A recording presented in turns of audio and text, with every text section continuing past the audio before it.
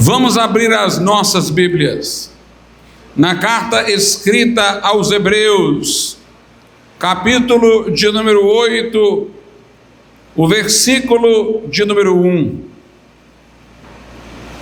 Aos Hebreus, capítulo de número 8, versículo de número 1, diz o seguinte: ora, a suma do que temos dito é que temos um sumo sacerdote tal, que está assentado nos céus, à destra do trono da majestade. Podeis assentar.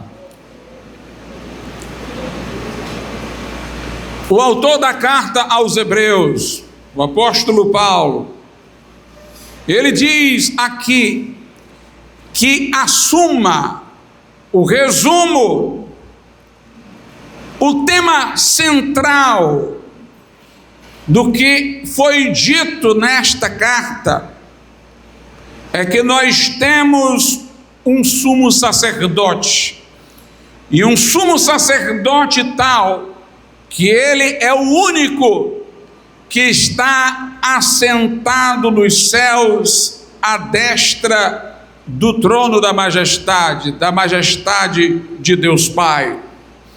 Observemos, irmãos, como a afirmação de Jesus Cristo como o único sumo sacerdote, como o exclusivo sumo sacerdote que não tem concorrentes. Veja como esse assunto, esta afirmação é central para o Evangelho, é central para o Novo Testamento. Aqui é dito que o resumo de tudo, a suma, o ponto central de tudo que foi falado é que nós temos um sumo sacerdote.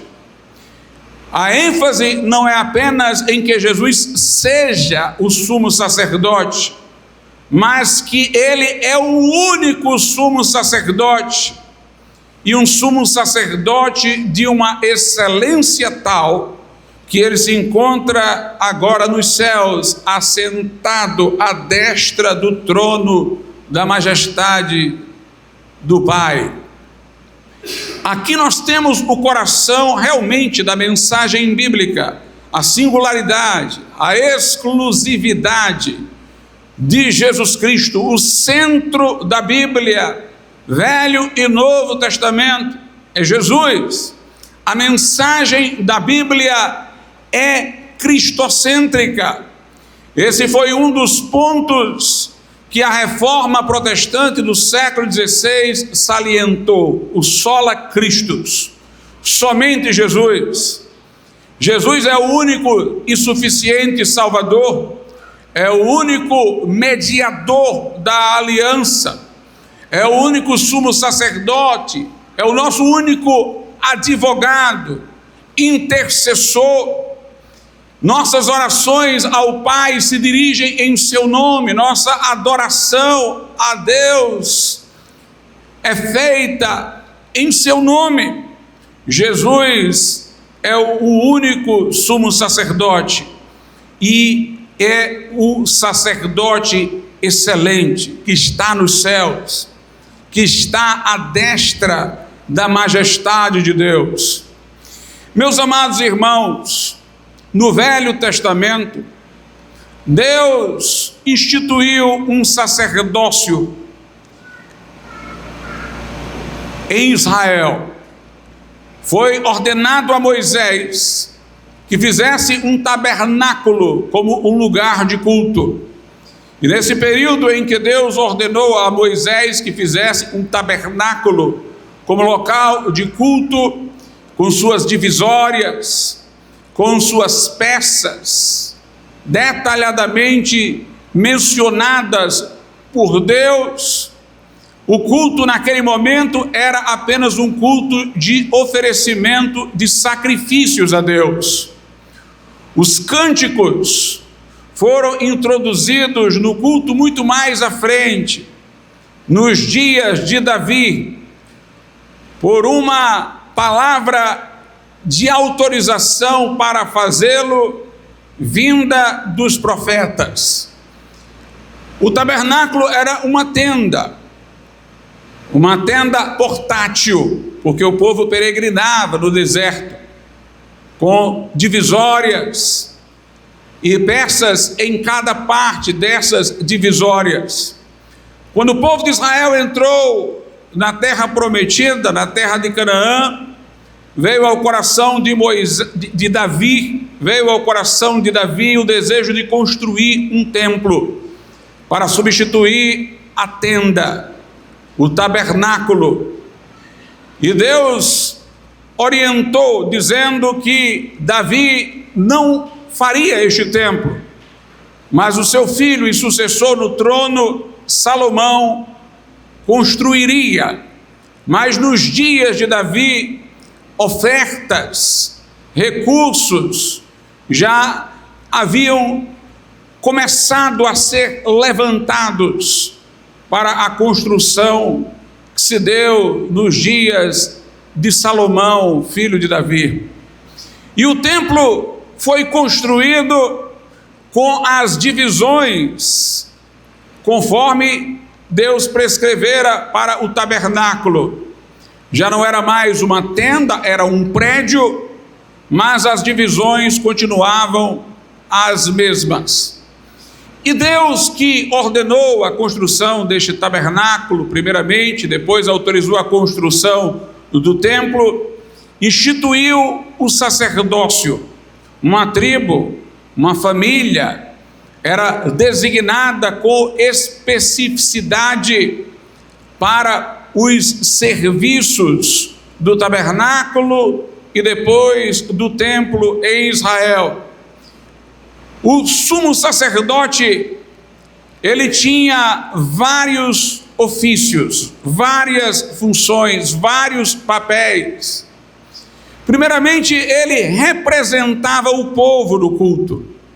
Era como se o povo não prestasse um culto diretamente a Deus, mas o fazia através do sacerdote, que, representando o povo, levava oferendas a Deus em nome do povo.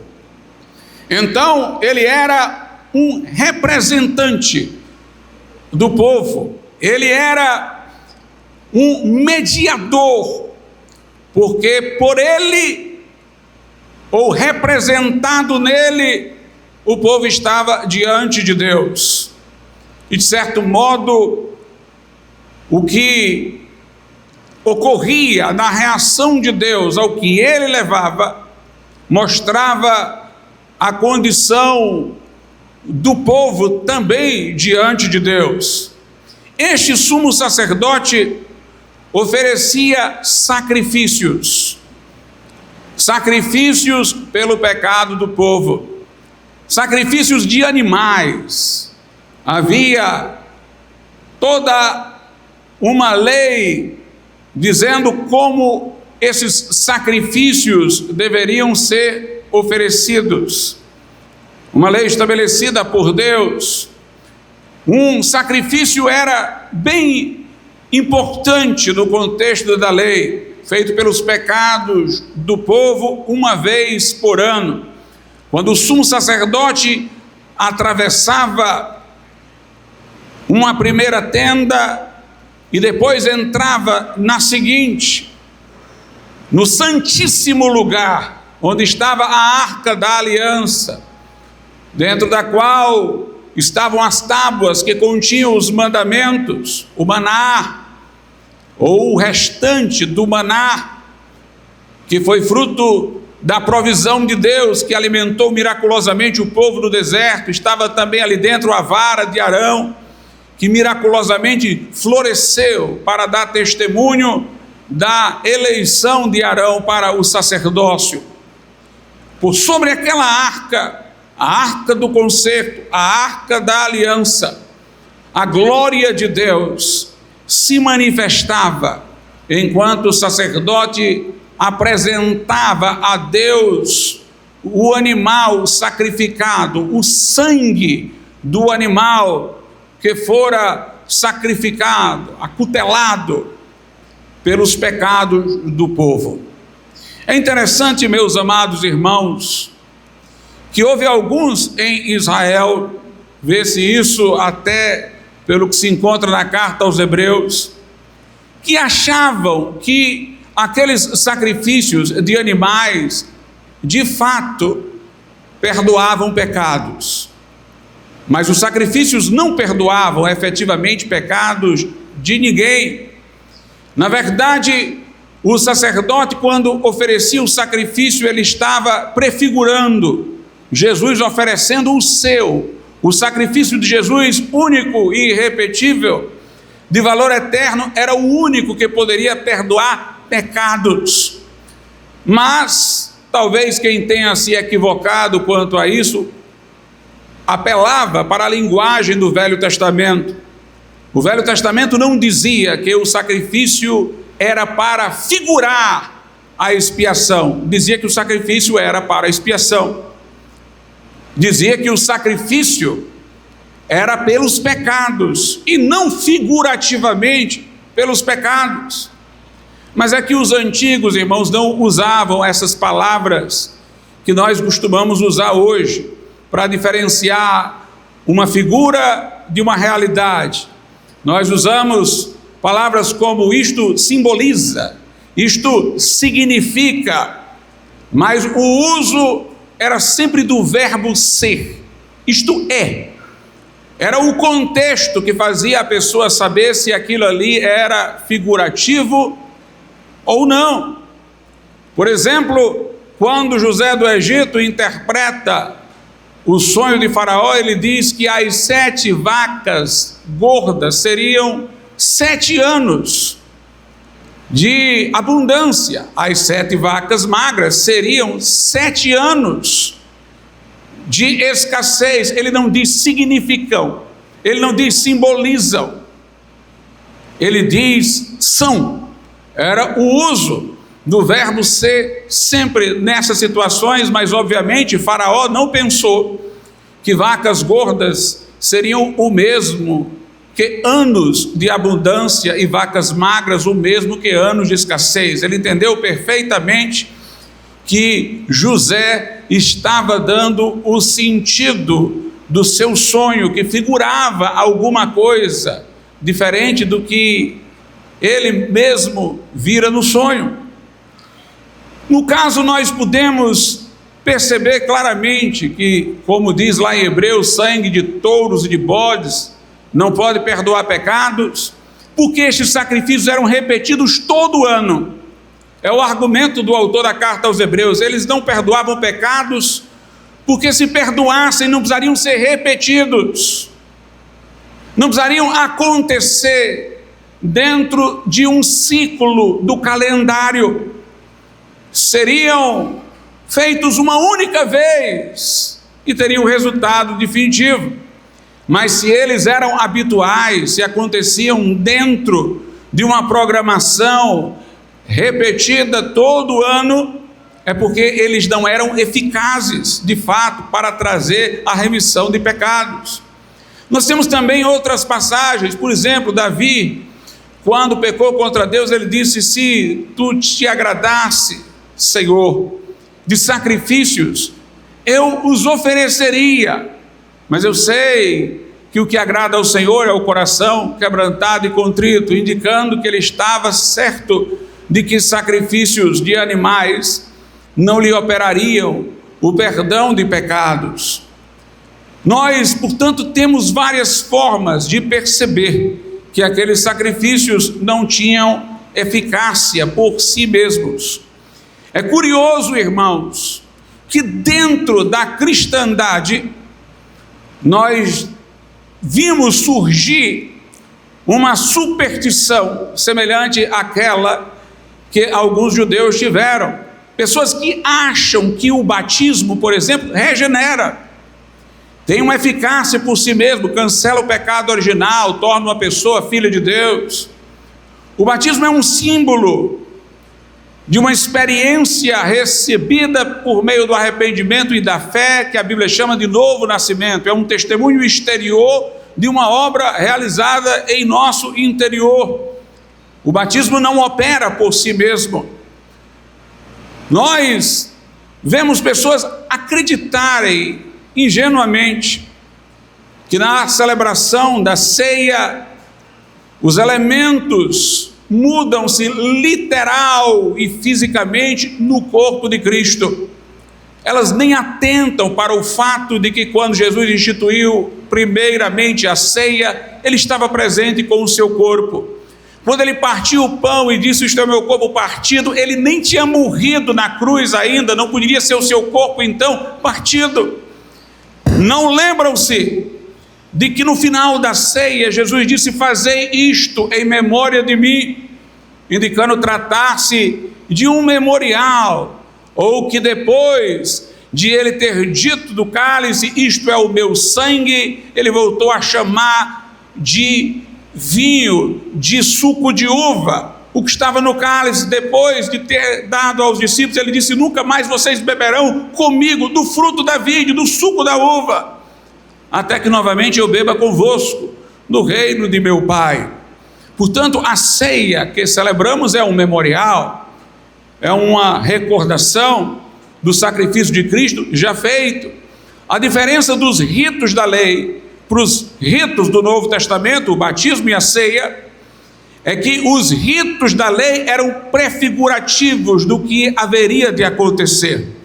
Tinha uma função pedagógica, de manter acesa uma esperança.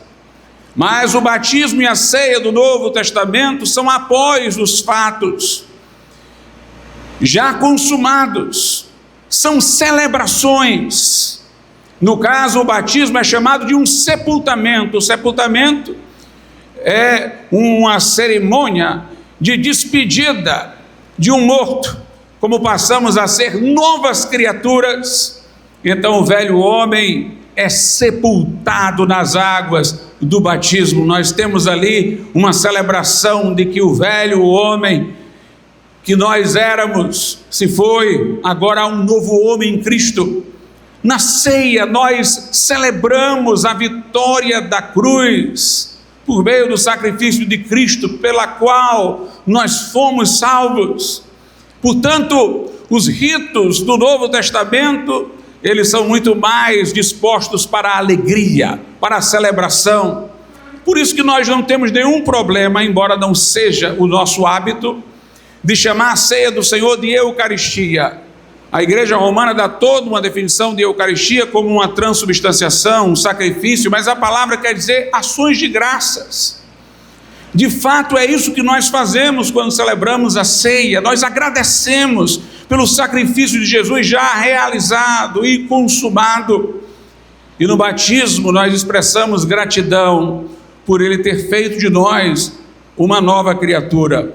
Aqui em Hebreus, no capítulo de número 10, a Bíblia diz assim: "Porque tendo a lei do Velho Testamento, a que instituiu o tabernáculo, os ritos, porque tendo a lei a sombra dos bens futuros, não a imagem exata das coisas, nunca pelos mesmos sacrifícios que continuamente se oferecem cada ano, pode aperfeiçoar os que a ele se chegam.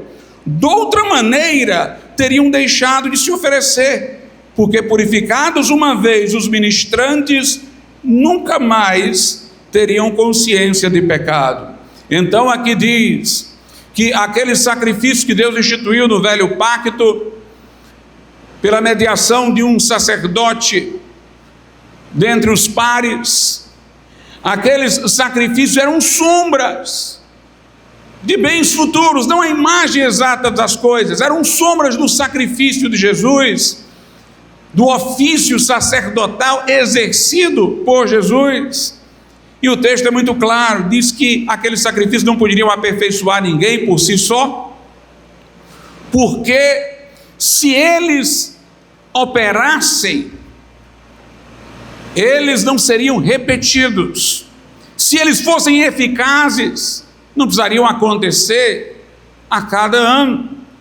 Na verdade, eu até posso falar de alguma relação daqueles sacrifícios com a salvação, no sentido de que os que entendiam de que falavam aqueles sacrifícios, ou seja, que era acerca do sacrifício de Cristo, que eles prefiguravam os sacrifícios de Cristo, os que entendiam isso e criam no sacrifício futuro de Cristo, eram salvos, mas não por aqueles sacrifícios, e sim pela mensagem que eles traduziam do sacrifício futuro de Cristo. Era pela fé profética no sacrifício ainda a se realizar que os do Velho Testamento foram salvos. Mas se alguém acreditasse naqueles próprios sacrifícios por si mesmos, estaria caindo numa superstição, como muitos caem hoje quando acreditam em sacramentos que são como se fossem mágicos. Na verdade, ritos que têm poder em si mesmos caracterizam a magia, a feitiçaria combatida no Velho e no Novo Testamento. Eram os pagãos, feiticeiros, que acreditavam em ritos mágicos, que operavam por si mesmos. Mas nem o Velho, nem o Novo Testamento endossam estes ritos mágicos, essa forma de agir por meio de cerimônias. Na verdade, isso é combatido na Bíblia como sendo feitiçaria.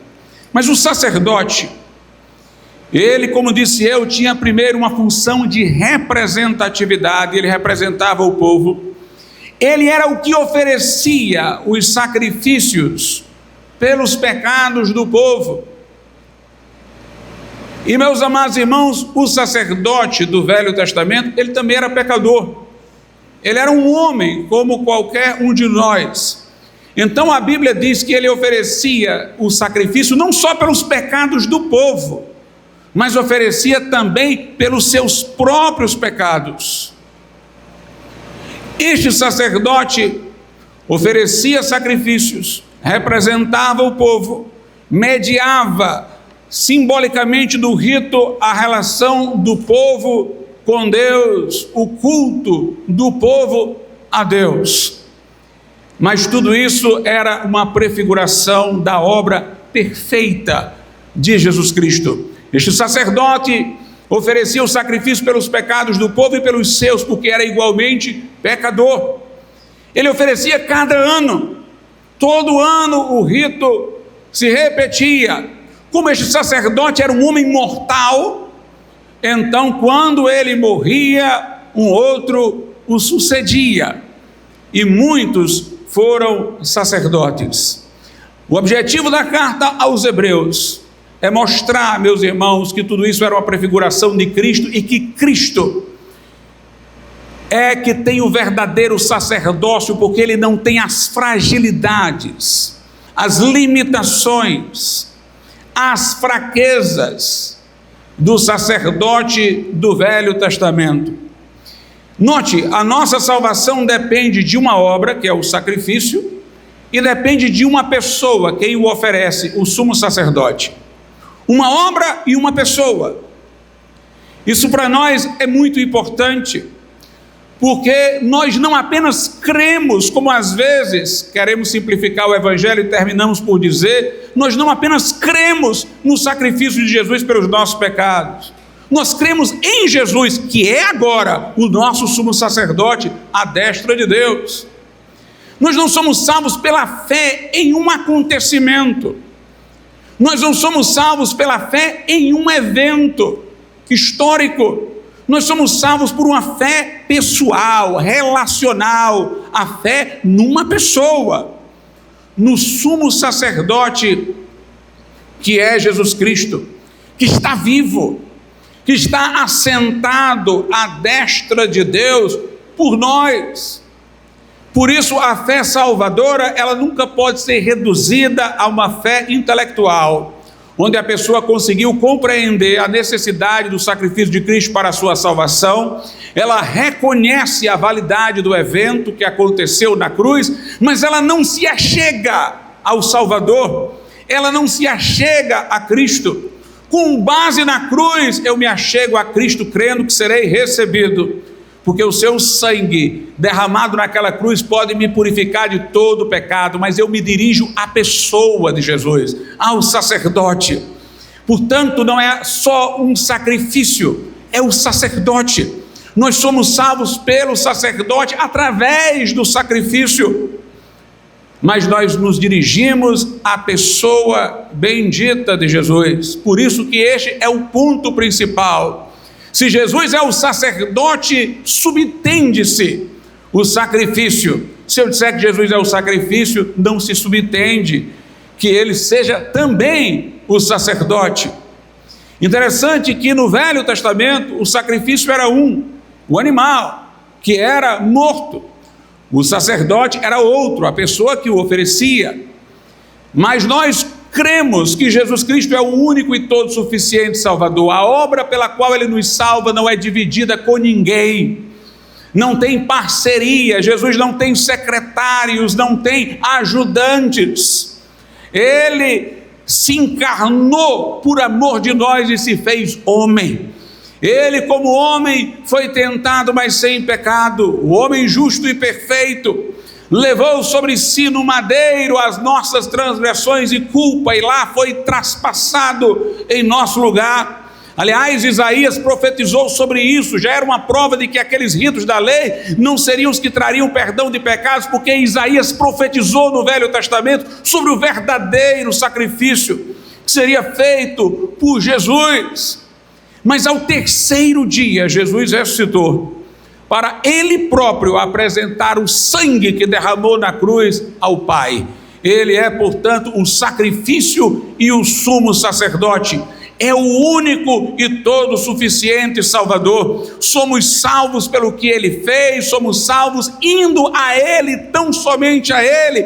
A suma do que temos dito, o ponto principal do que nós temos falado é este: nós só temos um sumo sacerdote, tal, excelente, de uma maneira tal, que está assentado à destra de Deus. Nós podemos perceber a excelência de Jesus, irmãos, porque os sacerdotes do Velho Testamento, eles tinham que oferecer sacrifício também pelos seus pecados. Ora, eles eram imperfeitos, porque o sacrifício que ofereciam pelo povo também tinha que ser para eles. Mas Jesus não ofereceu sacrifício por si, ofereceu inteiramente por nós, porque dele não há pecado. Lá em Hebreus, no capítulo 7,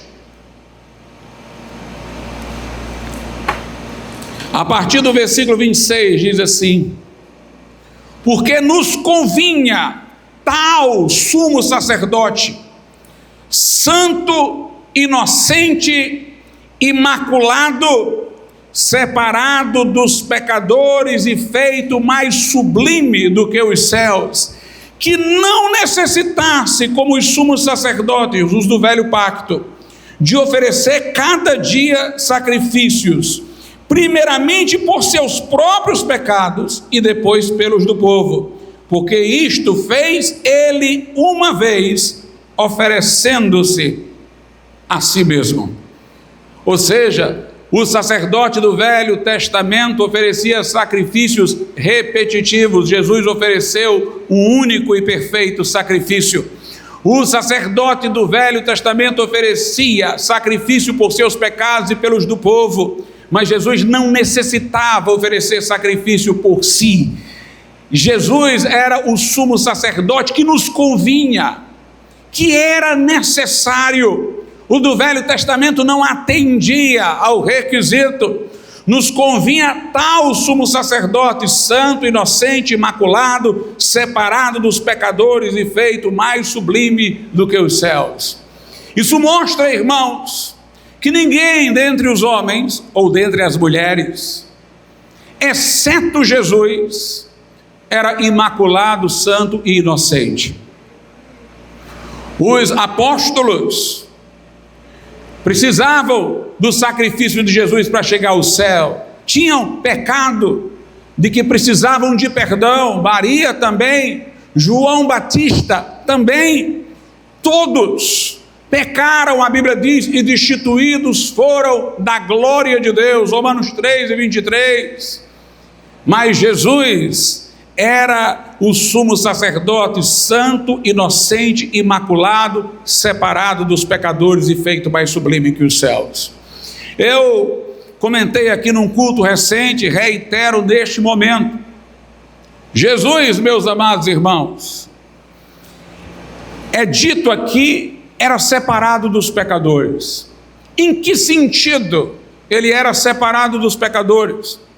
Porque se for relativamente à convivência, é o contrário. Os discípulos se surpreenderam de Jesus Cristo estar conversando com a mulher samaritana em local público, quando ela era uma mulher que estava em pecado. Um fariseu ficou surpreso de que uma mulher pecadora caísse aos pés de Jesus, lavasse os seus pés com lágrimas, enxugasse com os cabelos. Jesus disse a um pecador chamado Zaqueu: importa que eu vá para a tua casa. Os fariseus, as autoridades de Israel, acusavam Jesus de comer e beber com os pecadores. Jesus até respondeu: o médico não veio para os sãos, mas para os doentes, e eu vim buscar e salvar o que se havia perdido. Então ele não era separado dos pecadores no sentido de evitá-los, ele ia ao encontro deles. Mas Jesus foi separado dos pecadores na forma de vir ao mundo. Ele não veio por concepção natural, ele não participou da carne e sangue de José e não participou da carne e sangue de Maria. O anjo disse a José: não temas receber tua mulher, porque o que nela se gerou é do Espírito Santo. Como quem o quer confortar, dizendo: não é teu, mas também não é dela, é do Espírito Santo. Foi o Espírito Santo que desceu sobre a Virgem Maria e proveu um corpo para Jesus. Tanto que o anjo disse assim a Maria: o ente que de ti há de nascer será chamado santo. Ou seja, ele nasce santo, ele nasce separado. Este é o sentido da palavra santo. Filho de Deus. Jesus foi separado dos pecadores na concepção.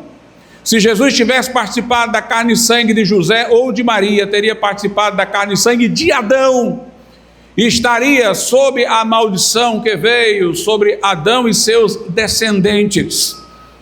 Teria sido então um descendente de Adão físico, que teria restaurado a humanidade. Na verdade, Jesus era verdadeiramente homem. Confessamos que ele veio em carne, mas assim como o primeiro homem, Adão, era homem de verdade, mas não veio de um casal anterior. Jesus foi alguém que veio por uma obra miraculosa do Espírito Santo.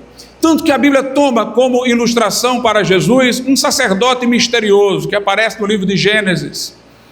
Este sacerdote não é o da lei que Deus instituiu, mas obviamente Deus o deve ter dirigido. Ele era sacerdote e rei, por isso prefigura Jesus.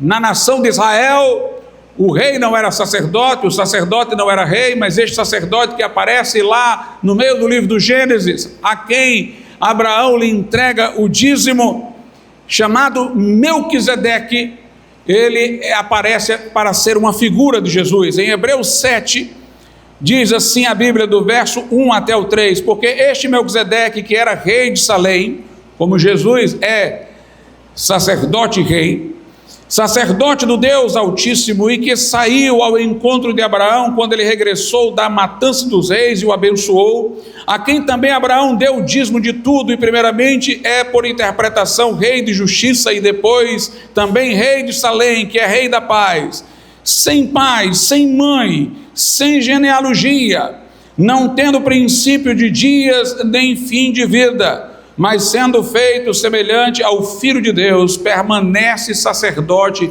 para sempre.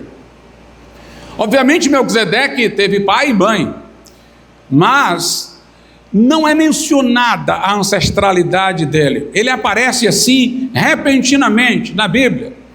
Sempre a Bíblia diz, fulano de tal, filho de fulano de tal, mas esse Melquisedeque aparece repentinamente. Ele, obviamente, teve pai e mãe, mas a sua genealogia não foi revelada, para ele poder ser uma figura de Cristo, que também, se formos examinar do ponto de vista metafísico e sobrenatural, não teve pai nem mãe. Jesus foi contado na genealogia de José, que era descendente de Davi, e por causa de José, Jesus foi chamado de filho de Davi. Mas, de fato, Jesus veio por obra poderosa do Espírito Santo. Eu já vi uma pessoa que tentou interpretar esse versículo dizendo assim: Jesus, como Deus, não tem mãe, e como homem não tem pai, porque Maria seria, nessa visão, a mãe de Jesus, lhe emprestando de seu corpo físico para o corpo que dele surgiu. Mas isso não faz sentido, porque aqui se está falando do sacerdócio de Jesus como sacerdote. Como sacerdote não se pode falar dele como Deus. Como sacerdote, ele é homem, representa os seres humanos. Melquisedeque é a figura de Cristo, que é sacerdote para sempre, diz aqui o versículo de número 3, o sacerdote é homem que representa os outros homens. Jesus é Deus, mas enquanto sumo sacerdote, ele é homem. Por isso que na primeira carta a Timóteo, capítulo 2, verso 5, a Bíblia diz: porque há um só Deus e um só mediador, é a ideia de sacerdócio, entre Deus e os homens, Jesus Cristo, homem. Ele, como homem, nos representa diante de Deus. Então ele, como homem, é sem pai, sem mãe, sem genealogia. Por isso Jesus, quando se dirigia a Maria, a chamava de mulher. Mulher, que tenho eu contigo? Embora lhe fosse sempre respeitoso e reconhecedor. Nós, portanto, irmãos, vemos que Jesus, por causa da forma como veio ao mundo, ele não herdou a natureza pecaminosa que de Adão se transmitia aos seus descendentes. E tentado, ele não pecou. Nos convinha, nos era necessário. Sem a existência de Cristo não haveria salvação. Nos convinha um tal sumo sacerdote, santo, inocente, imaculado, separado dos pecadores e feito mais sublime que os céus. Nós percebemos, irmãos, a excelência do sacrifício de Jesus, porque ela foi garantida por juramento. Sempre que Deus quis mostrar no Velho Testamento que algo era de singular importância, o próprio Deus jurou. E como não havia ninguém maior do que ele, por quem jurar, ele jurou por si mesmo. Ele prometeu que da descendência de Abraão viria o Messias, era uma promessa. Mas quando Abraão quase sacrificou Isaque em obediência a Deus, tendo sido impedido pelo próprio Deus, a Bíblia diz que Deus ali, que já tinha feito a promessa a Abraão, se interpôs com o juramento, para tornar certa, inequívoca a sua promessa. Jesus é sumo sacerdote, irmãos, por um juramento de Deus. O juramento é para assegurar que Jesus certamente viria para ser o nosso sumo sacerdote e para mostrar a sua dignidade. 2 vezes eu já li aqui, nos convinha um sumo sacerdote tal.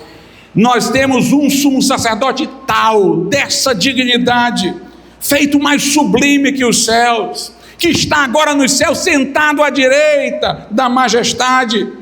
Em Hebreus 7, a Bíblia Sagrada diz o seguinte, versículo 19: pois a lei nenhuma coisa aperfeiçoou, e desta sorte é introduzida uma melhor esperança pela qual chegamos a Deus. E visto como não é sem prestar juramento, porque certamente aqueles, os do Velho Testamento, sacerdotes, sem juramento foram feitos sacerdotes, mas este Jesus, com juramento, porque aquele que ele disse: jurou o Senhor e não se arrependerá, tu és sacerdote eternamente, segundo a ordem de Melquisedeque. De tanto melhor aliança, Jesus foi feito fiador. Portanto, ele é de uma dignidade excelente. Jesus, meus amados irmãos, não tem substituto. O sacerdote do Velho Testamento morria e vinha o sucessor. Está aqui em Hebreus 7, 23. E na verdade aqueles, os do Velho Testamento, os sacerdotes do Velho Testamento, foram feitos sacerdotes em grande número, porque pela morte foram impedidos de permanecer. Mas este Jesus que ressuscitou dentre os mortos, porque permanece eternamente, tem um sacerdócio perpétuo. No versículo de número 28 diz: porque a lei de Moisés constitui sumos sacerdotes, os do velho pacto, a homens fracos, homens que morrem, mas a palavra do juramento, que veio depois da lei, constitui ao Filho perfeito para sempre. O que é perfeito é suficiente. Jesus não precisa de sucessores, Jesus não precisa de auxiliares, porque ele é perfeito. E não é perfeito por um tempo, é perfeito para sempre. Perfeito para sempre. Nós temos aqui, portanto, a excelência da posição de Jesus. Em Hebreus capítulo 8, verso 6 diz: mas agora alcançou ele ministério tanto mais excelente, quanto é mediador de uma melhor aliança, que está confirmada em melhores promessas. O sacerdote da lei oferecia animais em sacrifícios. Animais, irmãos, não poderiam expiar nossa culpa, jamais, porque era necessário que um homem morresse no lugar dos outros homens. Um anjo não poderia nos redimir, teria que ser um homem como nós a morrer em nosso lugar. Portanto, Jesus, como sumo sacerdote, apresenta a Deus o seu próprio sangue, não sangue alheio de outro, não sangue de touros e de bodes, de espécies diferentes da humana.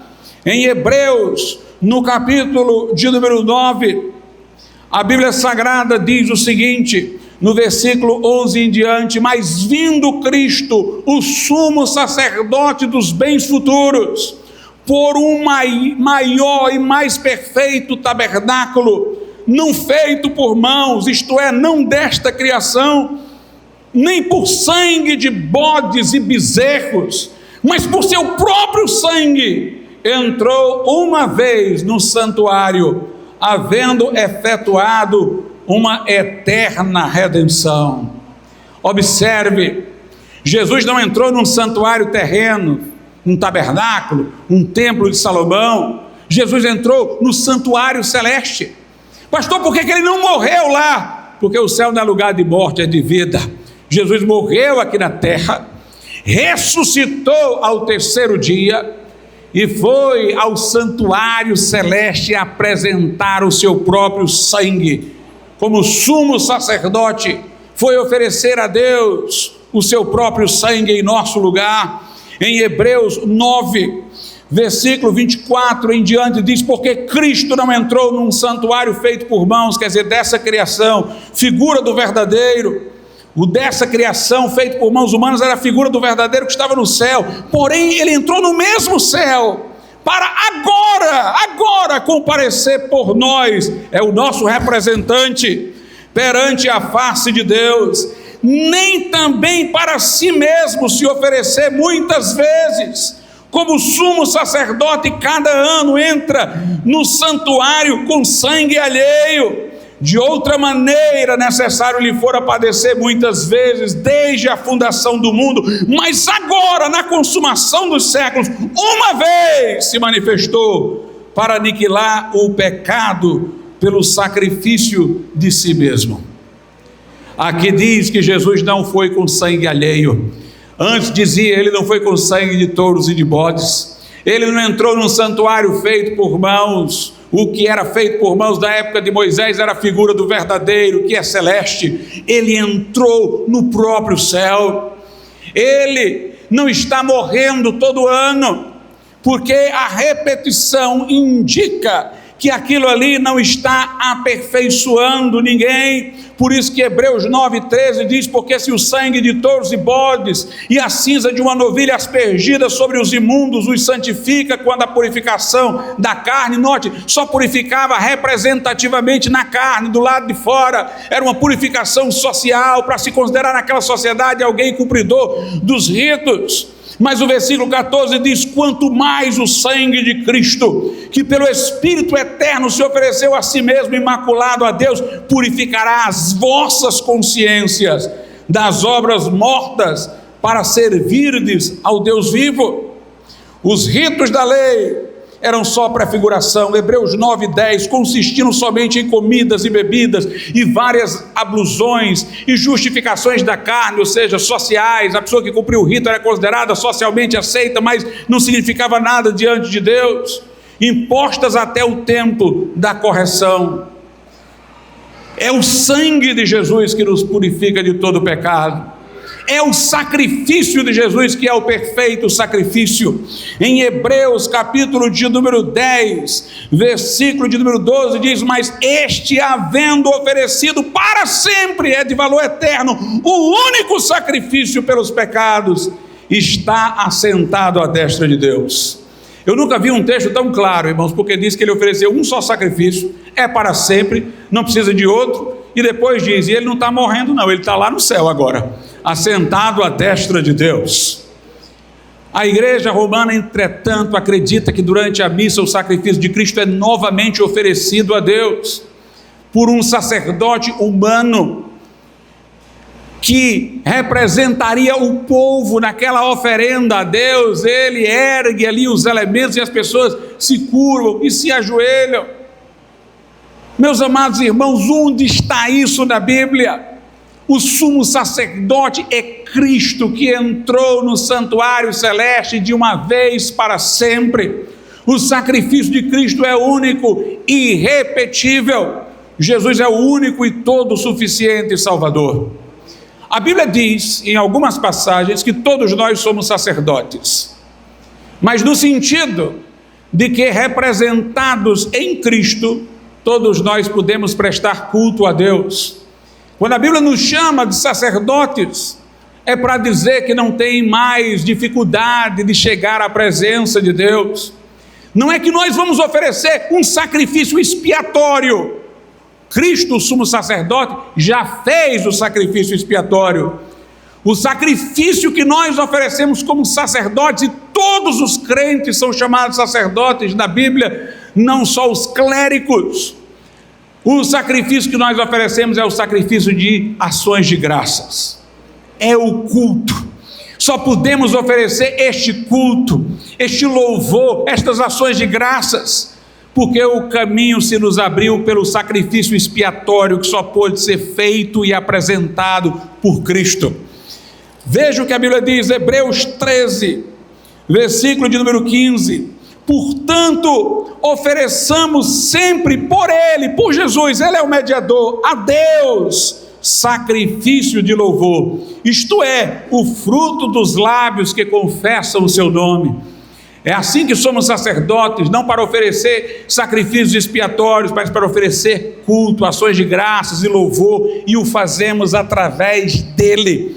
Lá na epístola de Pedro, primeira epístola de Pedro, capítulo de número 2, verso 5, Pedro diz assim: vós também, como pedras vivas, sois edificados casa espiritual e sacerdócio santo. Todos somos sacerdotes, todos somos pedras vivas do edifício de Deus, para oferecer sacrifícios espirituais, não físicos, agradáveis a Deus por Jesus Cristo. Estes sacrifícios são o nosso louvor.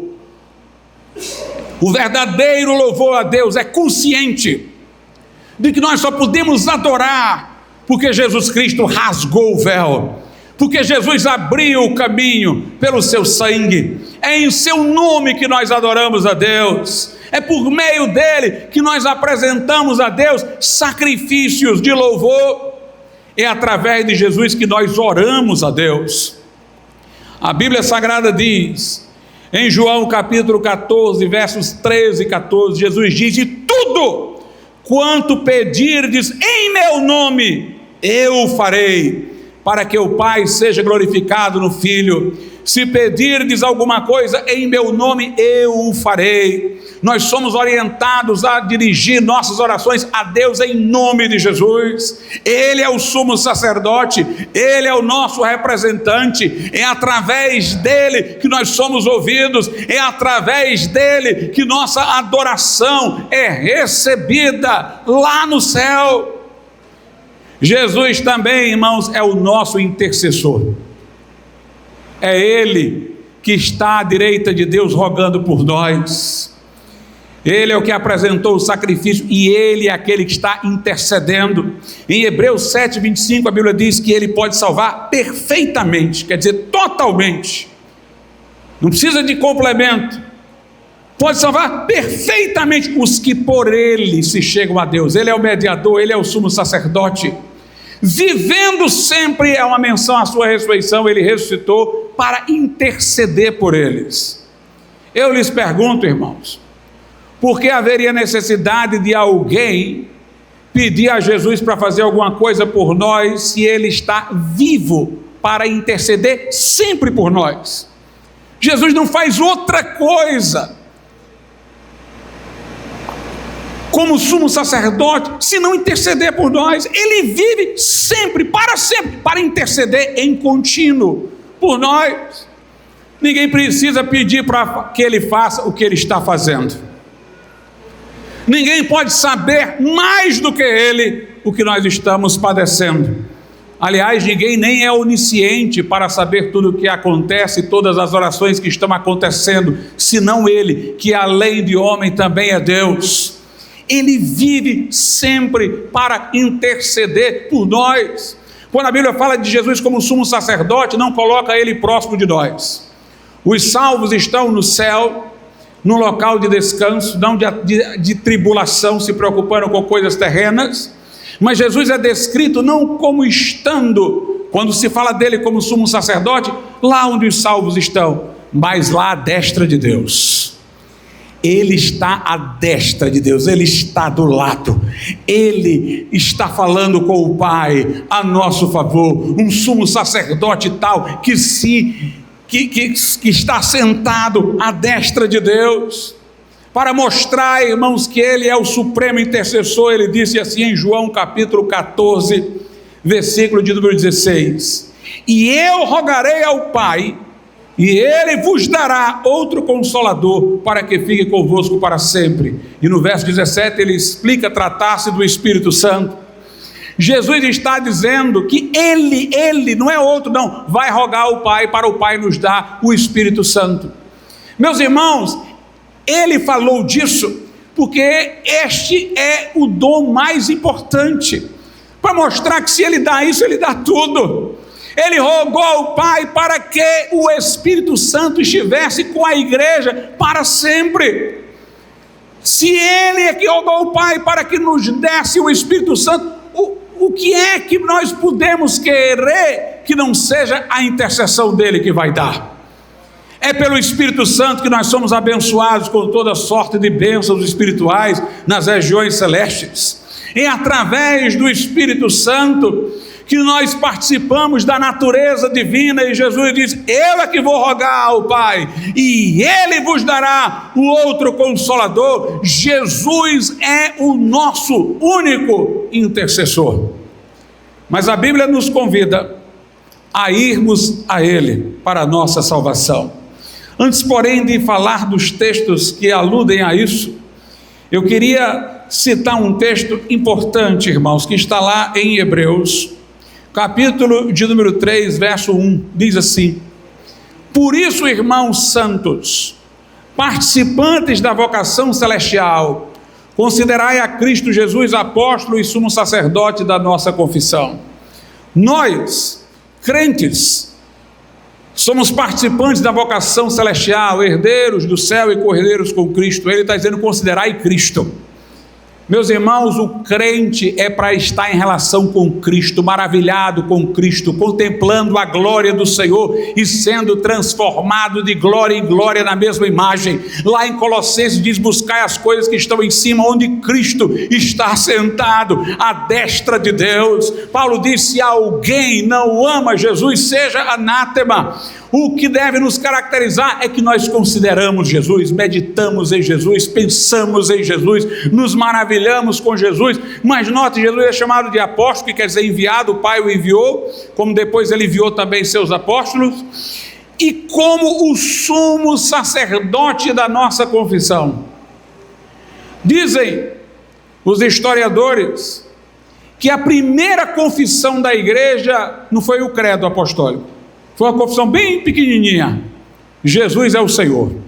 Romanos 10: se com a tua boca confessares Jesus Cristo como Senhor, e em teu coração creres que Deus o ressuscitou dos mortos, serás salvo. Porque aquela igreja, bem esclarecida pelos apóstolos, nessa expressão, Jesus é o Senhor, ela entendia tudo. Ele é o Senhor que ressuscitou dos mortos. Como Senhor, Ele é o sumo sacerdote que está à destra de Deus. A confissão de Jesus como Senhor é a mesma confissão dele como sumo sacerdote. Note, ele é o sumo sacerdote da nossa confissão, daquela confissão que a gente faz. Foi com a chegada das heresias que a igreja começou a aumentar as confissões de fé, porque o povo estava dizendo que Jesus era o Senhor e dizendo um bocado de asneira. Aí tinha que agora se explicitar: dizer que Ele é o Senhor é reconhecer que Ele é Deus, é reconhecer que Ele é homem, é reconhecer que Ele é o sumo sacerdote, e as confissões foram se desdobrando. Mas a confissão inicial era essa: Ele é o Senhor, Ele é o sumo sacerdote. Por isso que Hebreus 8:1 diz: esse é o ponto principal. Se você entender isso, entendeu tudo. Se entender que Ele é o sumo sacerdote profetizado pela palavra do juramento, prefigurado nos ritos da lei, que ofereceu a si mesmo como sacrifício, que ressuscitou para ser o nosso sumo sacerdote, que apresentou no santuário celeste o seu próprio sangue, que está à direita de Deus e é o nosso intercessor, e vai voltar para nos buscar. Entendeu tudo? Essa é a mensagem. Mas como eu disse, não é só uma questão de entender, eu tenho que ir ao sumo sacerdote. Hebreus 4, a partir do verso 14, diz assim: visto, veja como a palavra um se repete, irmãos. Visto que temos só tem um grande sumo sacerdote, Jesus, Filho de Deus, que penetrou nos céus, retenhamos firmemente a nossa confissão, porque não temos um sumo sacerdote que não possa compadecer-se das nossas fraquezas, porém que como nós em tudo foi tentado, mas sem pecado. Eu vou já continuar, mas veja o que o autor da carta está dizendo: nós temos um grande sumo sacerdote. Ele penetrou nos céus, Ele é o sumo sacerdote da nossa confissão, é um só, e Ele pode se compadecer das nossas fraquezas. Ele sabe aquilo que você passa, Ele foi tentado, Ele foi afligido, Ele foi perseguido, Ele foi rejeitado, Ele sabe tudo. A diferença é que Ele não pecou, Ele sabe o que é necessário para vencer. Nós temos esse sumo sacerdote que pode nos socorrer, temos um, meus irmãos. Louvado seja Deus, só existe um. Ele é a porta, quem entrar por Ele salvar-se-á. Ele é o caminho, a verdade e a vida, e ninguém vê ao Pai senão por Ele. É isso, meus irmãos, que me encantou quando eu comecei a ouvir a mensagem dos crentes, porque eu era leitor da Bíblia desde os 8 anos de idade. Eu não via imagens de santos na Bíblia sendo invocados, e eu ouvia pregadores que falavam só em Jesus, eu ouvia irmãos que falavam só em Jesus, das maravilhas de Jesus. É isso que é o coração da Bíblia, só Jesus. Nós temos um. Os pagãos acham que eles estão bem protegidos se tiverem muitos deuses, aí eles ficam multiplicando os deuses porque eles não confiam em nenhum, precisam de muitos, até às vezes um precisa ser multiplicado. Maria precisa ser a Aparecida, a de Fátima, a isso, aquilo, mas nós temos um sumo sacerdote. Não precisamos de ninguém mais. Não precisamos de ninguém mais. Nós temos um que pode se compadecer das nossas fraquezas. Nós temos um que penetrou nos céus. Nós temos um tal que está sentado à destra de Deus. Nós temos um que era conveniente que ele existisse, santo, imaculado, separado dos pecadores e feito mais sublime que os céus. Aí no verso 16, depois que diz que nós temos este sacerdote, diz assim, Hebreus 4, cheguemos, pois, com confiança ao trono da graça, vamos correr para ele, para que possamos alcançar misericórdia e achar graça, a fim de sermos ajudados em tempo oportuno.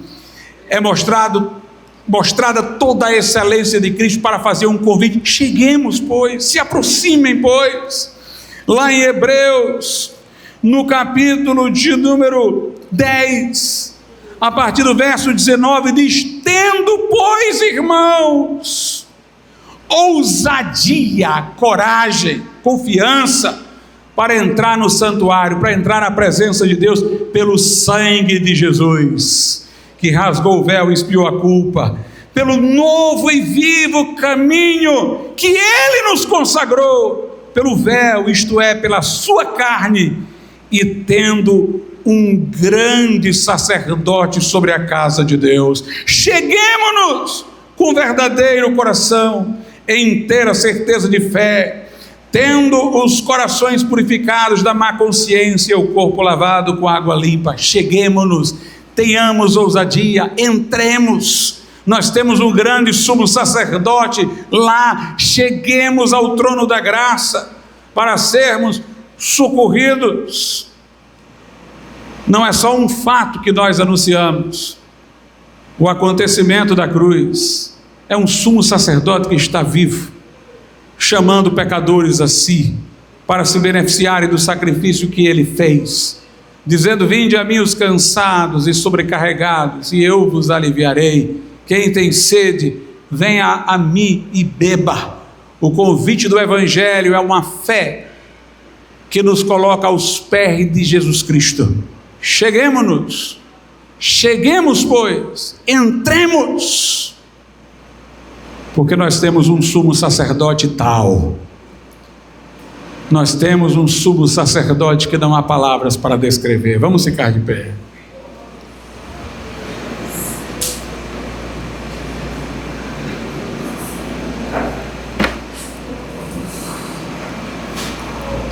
Soberano e altíssimo Deus, nós te louvamos, ó Deus, pela tua palavra, pela mensagem do Evangelho, meu Deus, tão límpida e clara, sobre a obra de Cristo, a salvação que há na sua bendita pessoa, não por obras para que ninguém se glorie, mas mediante o arrependimento e a fé que recebe Cristo, que chega-se a Ele, para fazê-lo seu refúgio e fortaleza.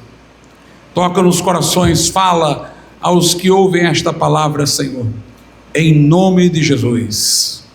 Se houver nessa noite alguém que ainda não é crente, não tem certeza de sua salvação pessoal, ou alguém que está afastado dos caminhos do Senhor, você conhece a palavra, já frequentou a igreja, está longe, quer se reconciliar com Deus, levante a sua mão. Deus abençoe, meu irmão. Convidamos o irmão a vir à frente para nós fazermos uma oração por sua vida. O irmão pode também estar junto a ele nesse momento. Louvado seja Deus. Se houver mais alguém que quer entregar sua vida a Jesus, quer se reconciliar com o Senhor, saia de onde você estiver, junte-se ao nosso irmão aqui. Nós vamos orar também pela tua vida. Oremos a Deus. Soberano e altíssimo Deus, nosso Pai, nós te louvamos e te agradecemos, Senhor, porque teu Santo Espírito trouxe o teu Filho a este lugar, Senhor, para manifestar a Ele a tua graça, o teu poder que liberta, que garante perdão pelo sangue de Cristo, que regenera, que santifica, que transforma, que reata a comunhão com o Senhor. Ó Pai, neste momento, que o sangue de Jesus Cristo possa apagar toda transgressão e culpa, que o Teu Santo Espírito possa erguê-lo em vitória, meu Deus, e colocá-lo na estrada da santificação, que o Senhor, por sua paz, no seu coração, lhe assegure perdão e reconciliação, e que em tudo o Teu Filho seja vitorioso contigo. Nós te pedimos, em nome e para a glória de Jesus Cristo. Amém. Deus te abençoe, meu irmão. Deus te abençoe.